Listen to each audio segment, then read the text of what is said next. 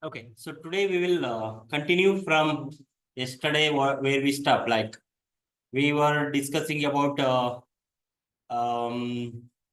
connecting MySQL with ORM part, right? We discussed how ORM works. What is the implication and advantages of ORM? How ORM will make developer work easy while connecting to the database, right? So I think everyone done up to that, right? So we'll move forward like continuation with our code. Like yeah, we have done these settings and all. My server is running fine now. Okay, with that connection, but still we are not when we send this code data as we coded before in our views.py. If we check, no, in our models.py, if we check, no, we are not using any models related configuration or maybe settings here. As we discussed in the yesterday PPT, right? We have to change the code to work with the models, something like this, right? Whatever the class we will create in the models.py, that class must be inherited from models.model. Then only it will understand, it will trigger the ORM tool. Okay, that is the point. See, in the model.py, we have to create class representing the word table. Actually, every like all the columns what we want, we have to define in a field form. And in the Django models fields documentation, if you go through, there are different documentation: char field, text field, email field, and number field, integer field. All right, all these things we are mentioning here. See, big integer field, email field, right? Char field, like that. Huh? These fields you have to refer from the models Django models actually. Okay, we'll do this now. Changes in our models file here, right? First point, we don't want constructor anymore right now, right? First, we have to import models. See, it is this models is a module from the django.db.models. Okay, so import that. Automatically, my import got imported like Django from django.db import models, right? Then dot.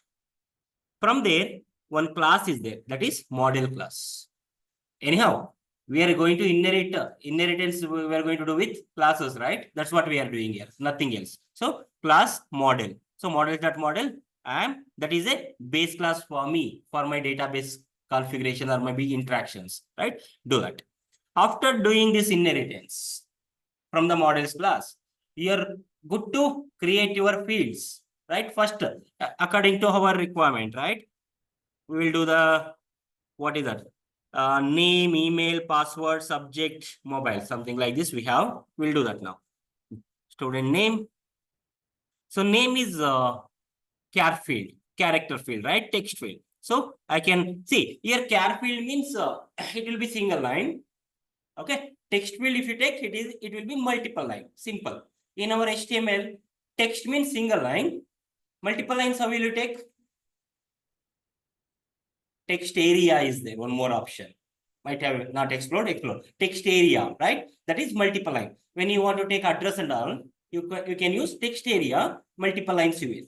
But here we can directly use char field, single line, text field, multiple lines, that kind of thing. Okay. Now name will be single line always, right? We'll go for char field, right? So that is from models.char field. Okay. Models dot, you can see char field. Okay. Now here you can mention how many characters I can give, like default how much, these things, sizes, everything you can mention up to here. See, max length how much. So that is optional actually. If you not mention also, it will take by default characters length. Okay, but we'll mention here char field max is length 60. Okay. After that, we'll do email. Okay.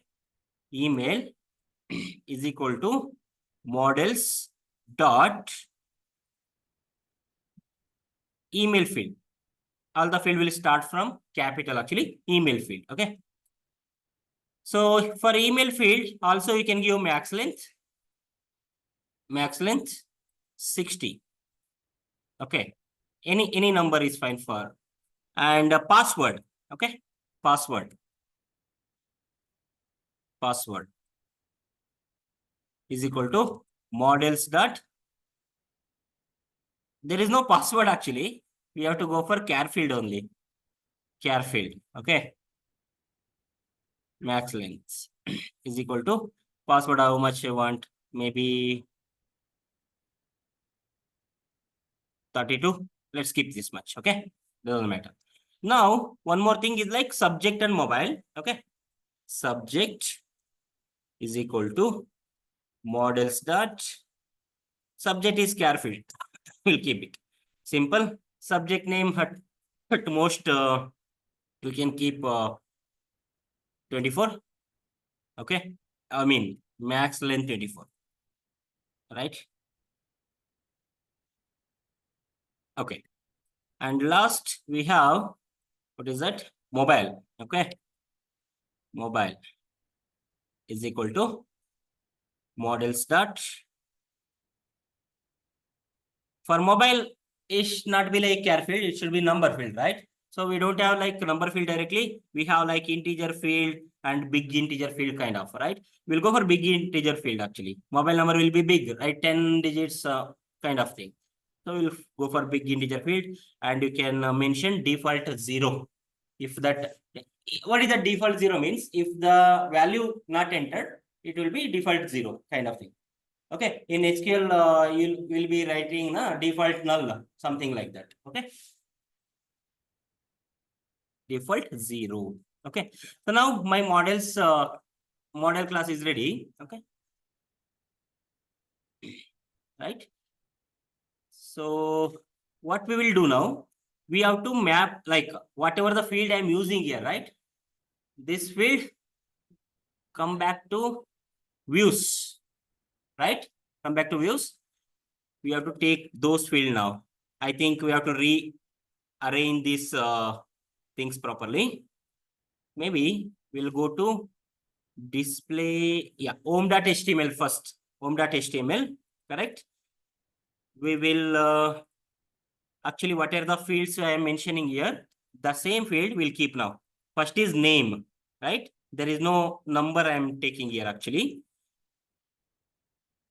Text, I don't keep like yes name, I will keep here. Okay, yes name.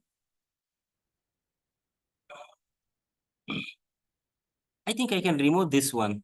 Don't want, right? Anyhow, I have next field is name, right? Yes, name. Enter student name. Okay, cool. Next is like email.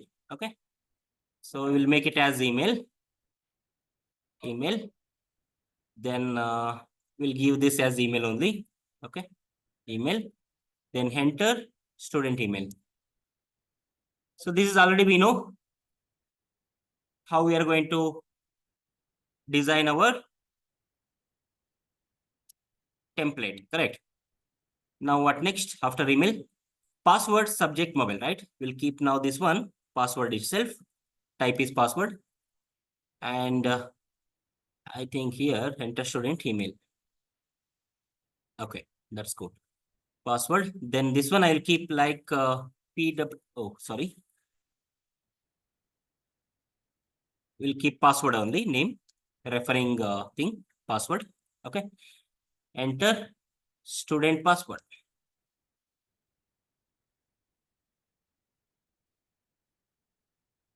Student password. Okay.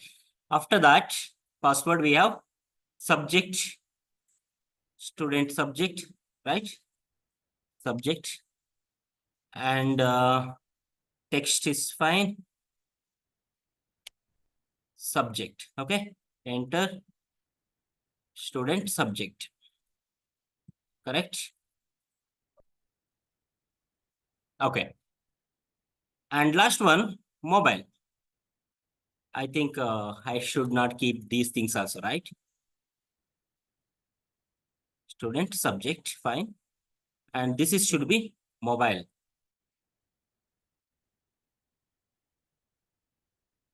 Mobile. Okay. So here mobile would be number, but we'll keep text only or number. Anything is fine. And this I'll keep as mobile. Like MOB, I'll give. Enter student mobile. Okay. Cool. And after this, I don't want remaining things. We'll remove that. Okay. And let's review one more time quickly. I don't want this tag like first student, other things, right? We'll remove that also. It is generic template we are defining. Everything is fine. And here also second, I don't want. Okay. Cool. Everything is fine for me now, right? Now, what? What? Which one? You can use the student number password. Student number? ID. Yeah, okay, yes. But that no need to take from the user, na? ID automatically we can get from the database itself. User is not going to give the ID, correct? The ID generated by itself. Here this template is for user input, right? No need to get the ID actually, correct? Makes sense? Cool. Where I'm missing? Mobile number, huh? Okay.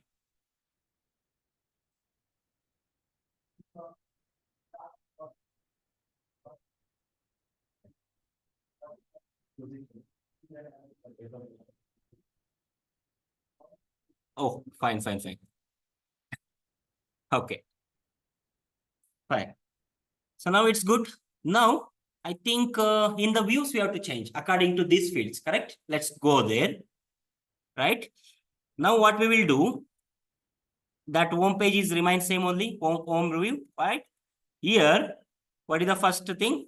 Student name, right? Like I'll take it as name, right? And this I given like, I think S name, right? This home dot thing, right? S name. S name, that's fine. Next, I am keeping email. So you have to take email, right? So this should be email only. And next one, subject or password? Password. I kept password only here, right? Password. And next one, subject. This I kept like SUB, I think so. Let's make it confirm. SUB, yeah. And next one is mobile. That is the last one, right? Okay.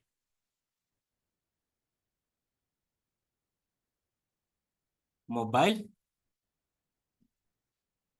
and MOB. Okay. And this remaining thing, I don't want. I will remove this, right? I'm good to collect all the data from these fields. Correct. Now, here I have to send, okay. Now, coming to the picture, how to interact with the database. I mean, with the models, right? This is just like I'm taking from the user input, right? This thing I have to save into database. First thing is I have to save it. So for saving, what I have to do? First, I have to create object for that student class. I have to create object, then I have to store, I mean save, right? Now, how will you create object? Let's take something like S1 is equal to R, make it simple, right? Student OBJ. Okay, student object. Now, class is student, right? Student. What are the things I want? I have to pass. That's it. Name, comma, email, comma, password, then subject, then mobile, then that's it, right? Yeah. After this, after creating object, use the object name dot. You can see now so many methods available now for me. Maybe a delete is there, a save is there, check is there, clean is there. So many things are there. Same way, I should able to get here save actually. Let me type SA, save, right? I am going to use this inbuilt method actually to save the data into the database through models or ORM. Okay, that's it. Now, after actually here we are storing. Just I'll keep here one. Yeah, that's fine. In the display, I'm not going to get anything, right?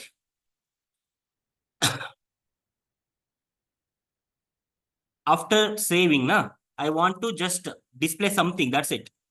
I will give HTML response now. Okay. Later, I will come back to the render. Okay. HTML. Oh, sorry. HTTP response.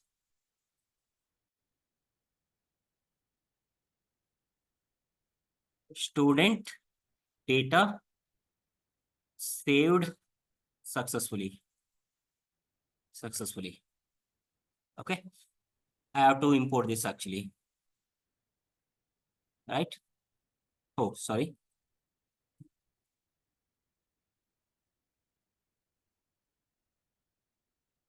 From Django.http import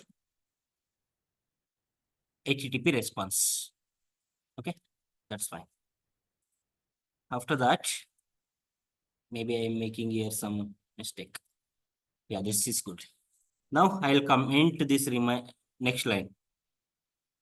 We'll get back to later. Now we are good to interact with the database actually. Let's now, before that, we'll start our server. Okay. Previously, my server was running properly, but here I'm getting some issue. What is the issue? Runtime error. Model class student.models.student does not declare an explicit app label. Okay. Here, one more setting we have to do with respect to app, right? We are working with app. Here, in the settings, if we go to settings.py, right? And also, if we go to in our app, right? Student is my app. There is a app.py. Okay. App related configuration here present actually. App name is student I have given. So this and this app name I have to mention in my settings.py actually. Whatever the apps you will create, many apps you will create. That name you have to mention in the section called installed apps. Okay. It will be above only. In the installed app section, you have to mention app name, that is student. Like this. Then it will search from there. Okay. It will search from there. Now stop that and restart. Try to restart. That's fine. Server is running.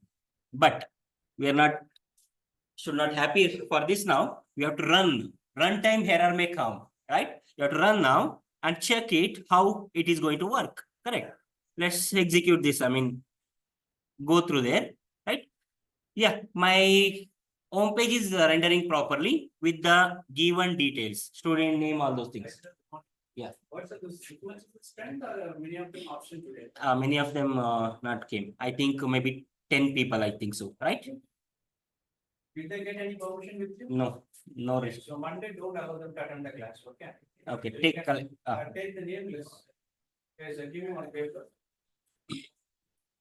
So you can keep this paper with you. Okay, so who didn't come today, you just don't allow them to attend. So anyone can. And you can write your name and mobile number. Everybody line, you can write your name and mobile number, submit to sir. Okay. So Monday they want to come and meet. And sir, like every day are you giving assignments? Yeah, in class assignment, and after that assignment is there. I hope they are doing. Just when you have the time, you can randomly check, sir, because whether they're doing it or not, we don't know. Okay. If anybody is not doing it, you just send it. Okay, I will copy. Yeah. But kindly assign topics assignments. Okay. So you can write your name and mobile number and submit to sir. Okay. Okay, so let's do that parallelly. We'll continue here. Okay, so let's enter the data now. Let's enter the data, student name. Okay, let's give different name today, something like Manish. Student email, manish@gmail.com. Student, what this coming here? Number, I think I didn't change the label, right? It should be password. We'll change it quickly.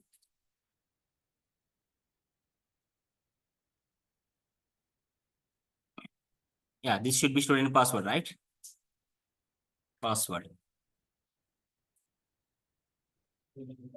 Refresh, it should reflect it. Okay.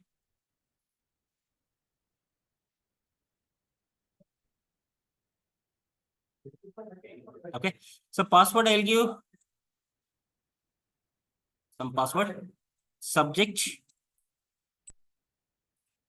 data science, student mobile, some random mobile number I'll put now. Okay. Now let's, if I click this button, actually, it should display like student data saved successfully. That is what we have implemented so far. Let's do that. Observe what we are finding. Value error had to display student like field ID expected a number but got Manish.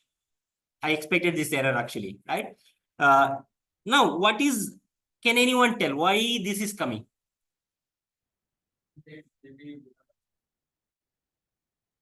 Okay, but yeah, I want specifically something. You're almost right, but see, field ID expected a number. If you go to our view, no. Models, right? I have given name, email, password, subject, mobile. So, but in the views, I am taking same thing. Name, email, password, subject, mobile, same thing. I'm storing same thing. But when you're creating object, I told yesterday, the class name itself table will be created and automatically one more thing will be added into the table. Apart from these things, fields. What is that? ID. That ID I'm not passing here. Correct? That ID I'm not passing here. Correct? But I don't want to get from the user. I don't want to get from the user. That is auto increment or auto populated ID, right? So if you follow this kind of like this approach, it will throw error. Now I have to leave that option like ID assignment option to the ORM itself now. I don't want to explicitly give like this now. Okay. For that, what we can do, we can go with this approach now.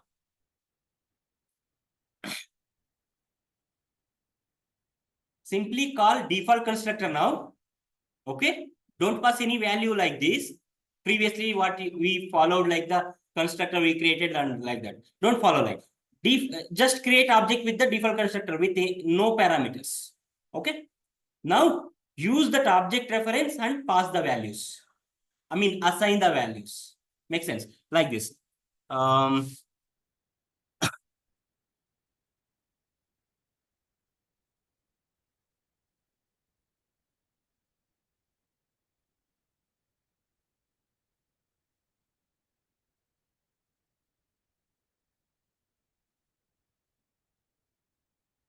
Assigning values into student table. Let's keep like example. Now what I'll do, I will assign like this. Student obj dot observe. When I'm doing the student obj dot, it is fetching me from student table or class, right? what are the fields are there.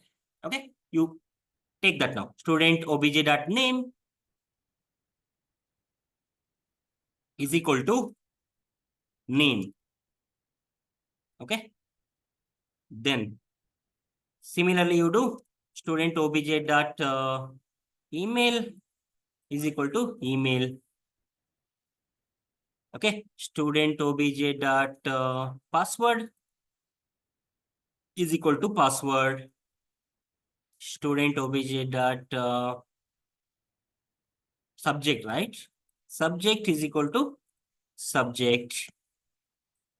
Student obj.mobile mobile is equal to mobile. Okay. While saving, you have to go in this approach now. That will clear our what we seeing that ID got something else, right? Now again, after that, student.save. That's it. Now go back to the, I think I'll go back here. Let's click now once more time, display student. Maybe I have to change this save student, something like that, but okay, no problem.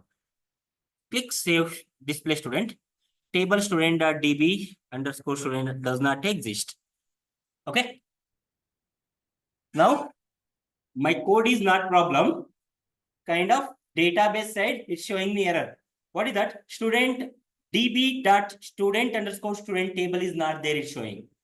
Because, okay, what we are doing, we have configured the connection, we have created the models, we are write the code for the, from the models, we are getting the data and trying to store the data. But in the database, that table itself not there right now. For doing that, we have to do one more extra step actually. What is that actually? I'll tell you. When I run the server, observe now, when I run the server, you can see something kind of warning. Maybe that warning is coming for me or not.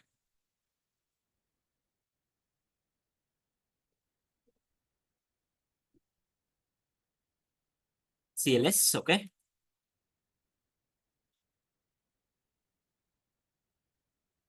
You might have observed something like 18 unapplied, you have 18 unapplied migrations, something kind of things, right? That is kind of some inbuilt models and tables will be present from the Django, right? Like user table, table, session, cookies, these things will be there. This migration we have to do now. When we do the migration, that it will try to create all the tables in my MySQL database. Now, to do that migration, what I have to do means I have to run one command. What is that command means? Simple. Python manage.py make migrations. Command is simple. Python space manage.py space make migrations. Okay, write down. Once I enter this, it will do whatever the models you are creating, it will create the rules. Like for that models, what tables I have to create, what fields must be there in the table. Like that, it will create the migration file in my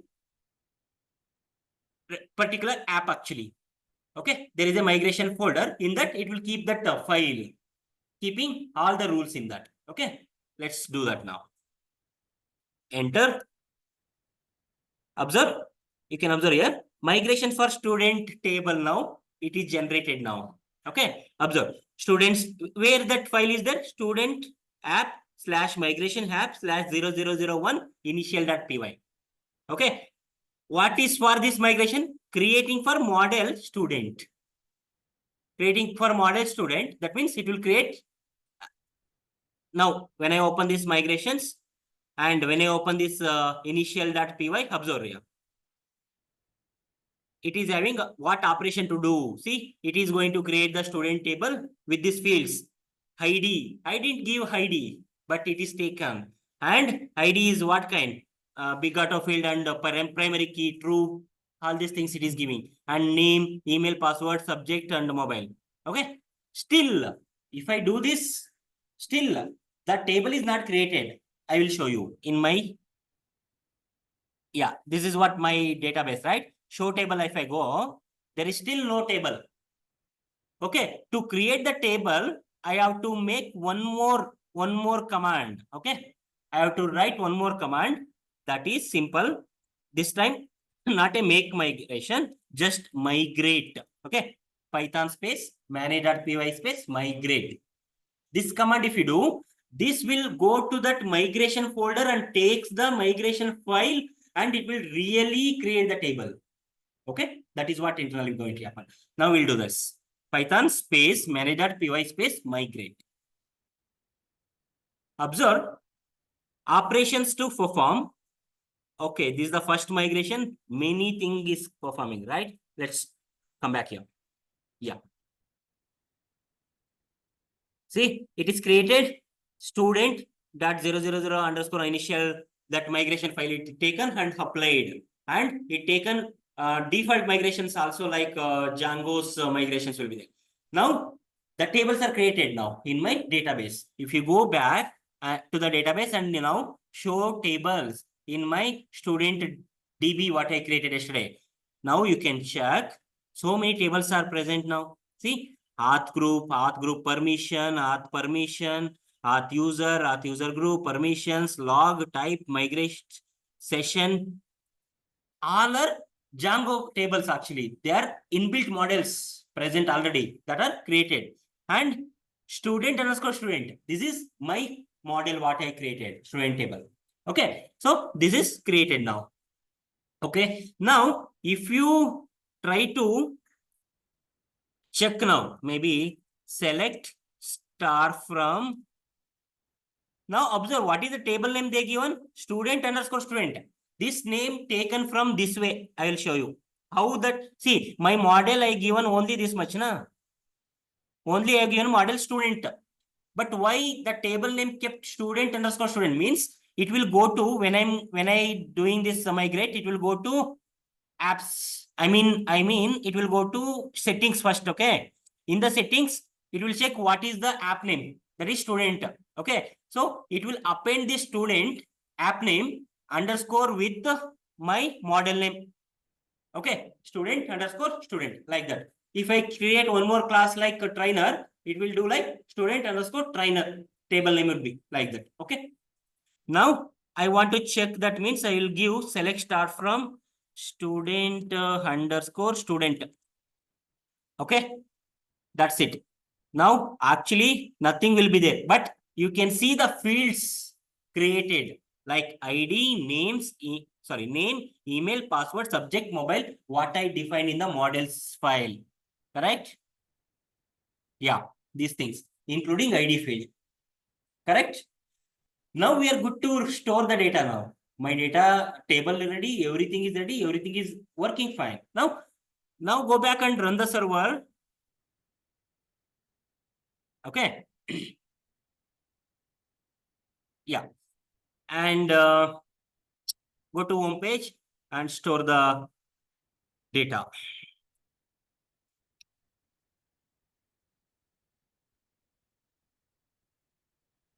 Okay. Okay. We'll give the Django subject, mobile. Okay. Now click this. You can see student data saved successfully.